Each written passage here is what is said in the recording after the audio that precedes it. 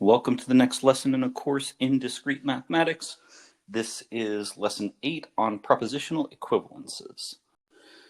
So we'll be starting a new subsection. I'm skipping subsection 2. If there's any request to go back through it, then I might consider that, but at least for now, we'll just kind of make efficient progress and get into subsections 1.3.1 and 1.3.4 all the way through. And this will cover the topic of logical equivalence, De Morgan's law, and the technique of proving new equivalences by chaining together common equivalences. And we'll see what I mean by that later in this video. So in this video, we will see a definition of tautology, contradiction, contingency, and equivalence. We'll also see the method of chaining equivalences and exercises at the end. So to get started, a proposition is called a tautology if every row of its truth table is true. It's called contradiction if every row of the truth table is false, and it's a contingency if neither of those. So it's a contingency if some of the rows have true and some of the rows have false. And we are introducing these ideas to help us to talk about the next thing that we're going to discuss, kind of the main topic here, which is equivalence. Now, there is an intuitive grasp of equivalence that I think we'll all have. So consider the example of P conjunction Q and Q conjunction P. Now, technically, they are different because I can tell the difference between them. But also intuitively, they express the same content. And so the task here is to rigorously explain what we mean by containing or expressing the same content, and how can we determine it in a sort of computational, rigorous way. Just to give another example, double negation P should intuitively be equivalent to P. And here is how we do that. We cash out the notion of the equivalence of some two propositions, P and Q. And let me emphasize, these will not be propositional variables, although they very much look like it here. But the letter P this time is going to perhaps stand for some complex proposition. Like, for instance, it might actually be double negation P, right? So what we're writing as just plain P here is a proposition, and so might in fact be something as complicated as this or even more complicated. Likewise, Q is a proposition, not necessarily a propositional variable. So again, that may be just how we're representing some complex proposition. Just to give it a name, we're calling it Q. And so these two propositions, P and Q, will be equivalent to each other if and only if, right, by definition, the biconditional between them is a tautology. So to make sure that it's clear what we're saying here, let's just demo this by demonstrating the equivalence of double negation P equivalent to P. So we're going to make the truth table for this. Now, this one is relatively nice because I only need 2 rows of my truth table, one for true, one for false. And I'm going to compute the negation, right? The truth table of the negation. So that just flips true to false, false to true, as I have here. Then we build up the next most complicated proposition or subformula, which is double negation P. That flips back to true, false. And now we're in a position to write down the biconditional between the two propositions and decide whether or not this is, or what are the truth values. So we're going to look at double negation P on the left, and we're also going to look at P on the right over here. And when the truth values match, which they do here because they're both true, then we write down a true here. Then in the next one, they're both false. And therefore, since they match, we write true. And so the biconditional is a tautology between these two propositions, and therefore these are equivalent. So we have demonstrated this claim of equivalence. Now I encourage the viewer to go ahead and do a similar demonstration to show that these two propositions are equivalent, but I'll go ahead and demonstrate that P is not equivalent to negation P, which is another intuitively correct thing. Now, to test it out, we want to form the biconditional between P and negation P, and we've already constructed all of the truth tables for the component formulas. So we're going to look up P on the left. That gets us true initially. Negation P gets false. So since the values mismatch, we write down false. Already, we can stop. We don't need to. We could continue computing the truth table, but we can tell already that this truth table is not going to be a tautology because we got a false value. And so we can already conclude that these two propositions are not equivalent to each other.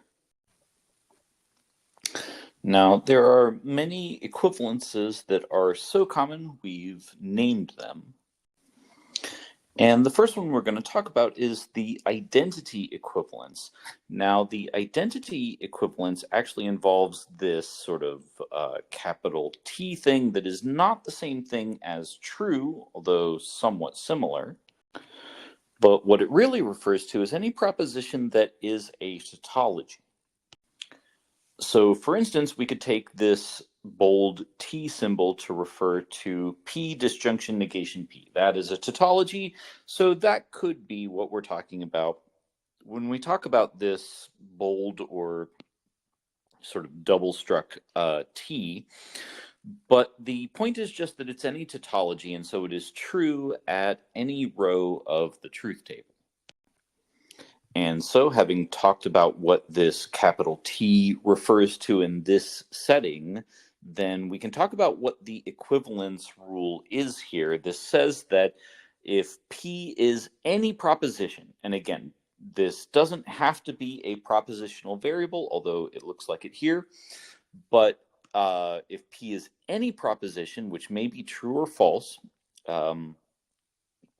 if we take its conjunction with a tautology, then that is the same thing as the original proposition. So let's think that through. Why would these necessarily be equivalent? Well, consider any scenario in which P is true.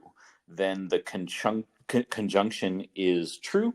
And since we already assumed that P was true, then we get true on the left and also true on the right. So they seem to come out to the same thing in both scenarios. And then think about when P is false.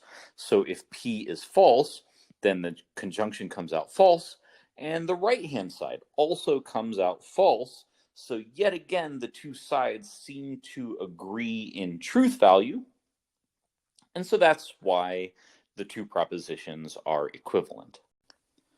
Now, whenever we have a rule for or an equivalence for conjunction, then there almost always is a kind of dual equivalence for disjunction. And in this particular case, the sort of dual equivalence for disjunction is that any proposition disjoined with double struck F here, that's any contradiction, is again always equivalent to the original proposition. And so the bundle of these two equivalences, one for conjunction and one for disjunction, they are jointly referred to as the identity equivalence. And then there's going to be another equivalence for domination. And yet again, there's going to be one for disjunction and another for conjunction. The one for disjunction says that if you disjoin any proposition with a tautology, then what you get is a tautology. And you can reason through why that should be the case. It's not hard to convince yourself that that should be true. And then any proposition conjoined with a contradiction will be a contradiction. Next, there are the idempotence laws, and there is yet again a law for conjunction as well as for disjunction. And the conjunction version says that P conjunction P will be equivalent to P. Also, the disjunction version says that P disjunction P will be equivalent to P.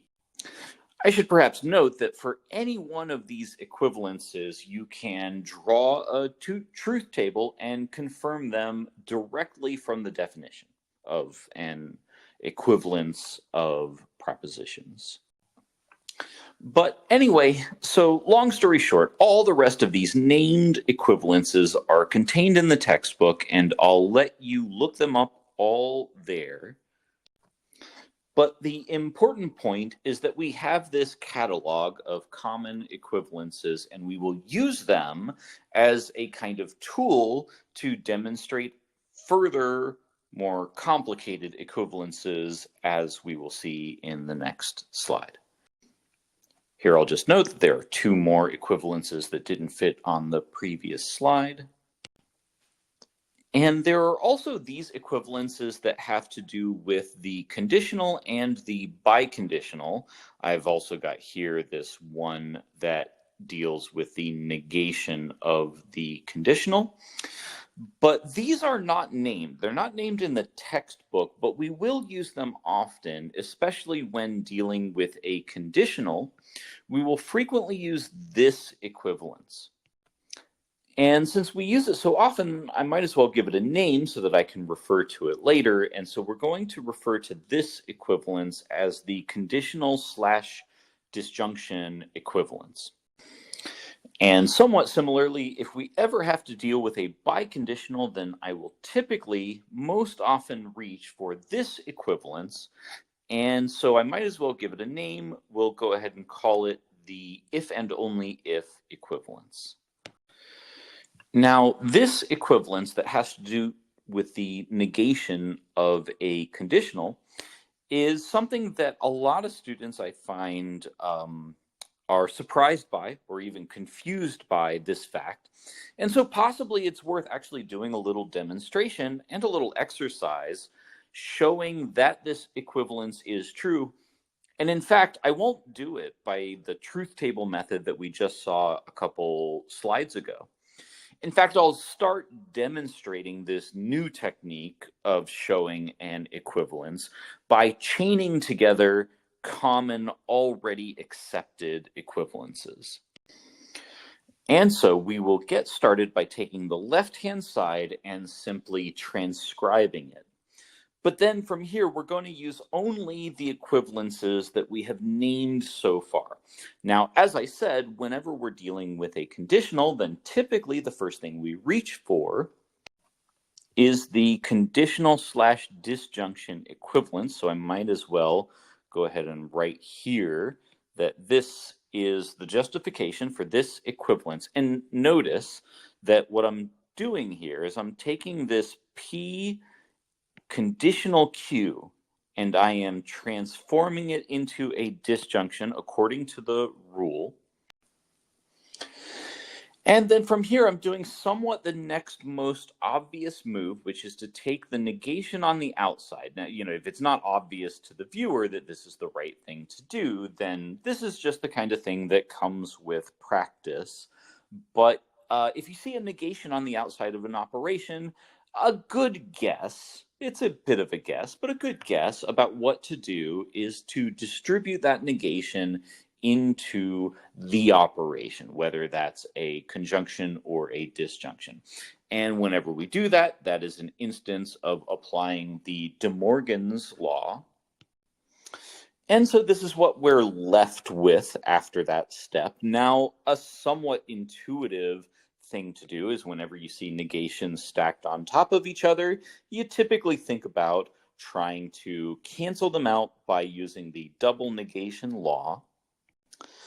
And at this point, we've actually arrived at precisely the proposition that we were trying to demonstrate is equivalent to the starting proposition, right? So since this proposition here is equivalent to this one, and that is in turn equivalent to this one, and then equivalent to that one, right? Then what we can say is that this starting place must be equivalent to the end proposition.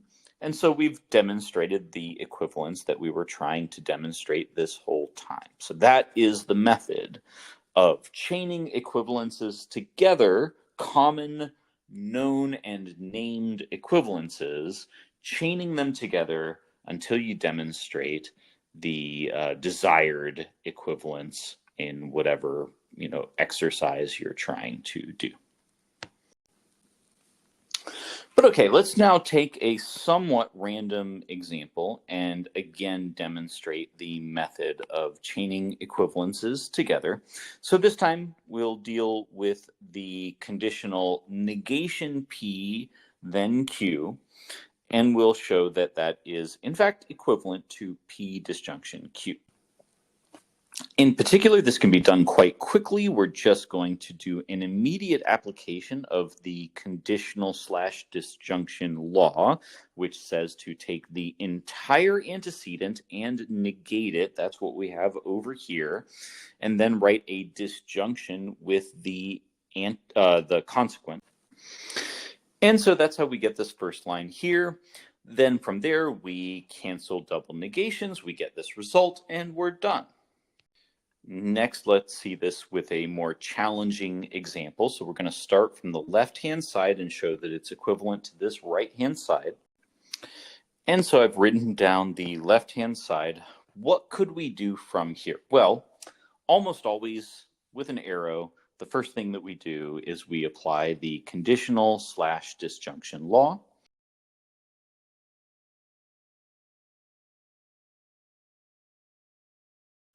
And let's not forget to annotate the name of the equivalence that we are applying here. But next, what do we do? Well, I think if you are very familiar with the equivalence laws, you might think that the thing to do is to take one of these propositions and distribute it into the other. This is a fairly natural guess as to what we should do next. But what you'll probably find is that if you try to do this, you will run in circles.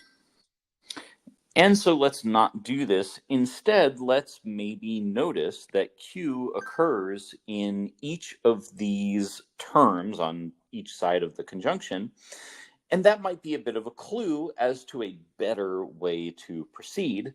In particular, if you study the distribution law, you might think that this looks a bit like the result of having performed a distribution by Q. Maybe we could write this as some, Q together with some other proposition, such that this is the result of distributing Q in. Now, in order for that to kind of work out, then we might imagine that the distribution went something like, let's see, so the main operator is going to be disjunction, so we should write it like this. Oh, I think I made a mistake there. So that would be negation P, negation R. Oops.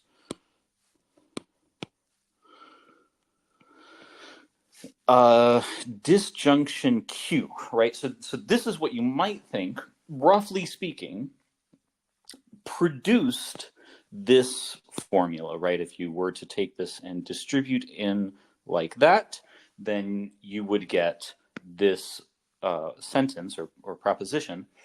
And well, there's a couple issues with that, right? I think this is a worthwhile insight, but one problem is that distribution does not go from right to left. None of our rules have it that way. So although this is a useful note, we're going to have to flip things around so that we can technically apply the distribution law.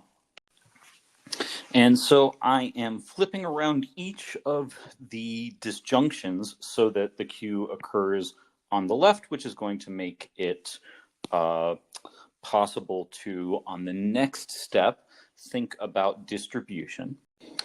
And so this thing that we have over here, that was just kind of like a little note, which will move away from our actual derivation. And in the next step, we can go ahead and bring that Q out as we would have it in distribution. So Q is going to be on the outside, and what is left over is negation P conjunction negation R. And so that is by distribution. And it may be worth pointing out that typically when we think about distribution, I mean, this is why that little note might have been useful, is we usually think about distribution as, well, actually distributing, right? Taking it from the outside and distributing it to each of the parts of the inside.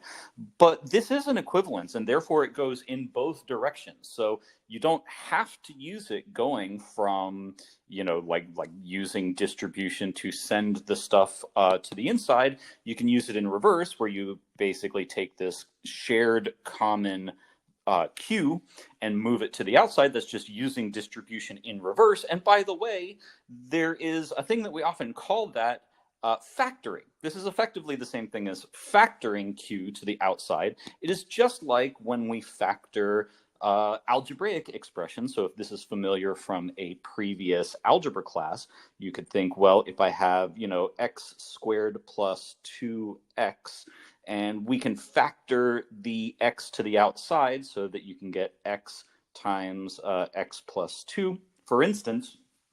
And so, you know, distribution sends it in, and factoring is exactly the same thing, but working in reverse, pulling a common factor out. And so that is, by a very good analogy, what we're doing here. Now, having done this much, and this is almost certainly progress, but let's take stock and remember where we're trying to go with this in the first place. We're trying to reach this proposition, which means we need to take, well, now that we're looking at a disjunction, that's really convenient because we know that disjunctions and conditionals are somewhat interchangeable using the conditional disjunction equivalence. But what we have to have is, you know, essentially, you know, we would want this negated, right? If you check what you would get using conditional / disjunction equivalence on that, we want the negation of the antecedent, which is actually a whole lot like exactly what this is. And moreover, we want it on the left-hand side, right? The sidedness, as we have seen, does actually matter. So let's go ahead and do those two things. Let's put that factor on the left-hand side, and that's easy to do using commutativity. And having done that, I think it's natural to now factor out the negations. So we will get this after factoring the negation out of this conjunction, and the rule for that is called De Morgan's. And finally, with our last move, we do exactly what the plan was this whole time and apply the conditional disjunction equivalence, and we have reached the goal. So, having now seen a few good exercises or examples, let's move on to the exercises for this video. Now, to begin with, take each one of these propositions and simply classify it as a tautology, contradiction, or contingency. The intent is for you to use the truth table to decide that, although you may be able to find shortcuts. Here, we are going to look at some equivalences that may or may not hold. And so for each one of these, make a truth table and decide whether or not the equivalence holds. And finally, here are a bunch of equivalences that are guaranteed to be true, and your task is to demonstrate these equivalences using the method of chaining known equivalences.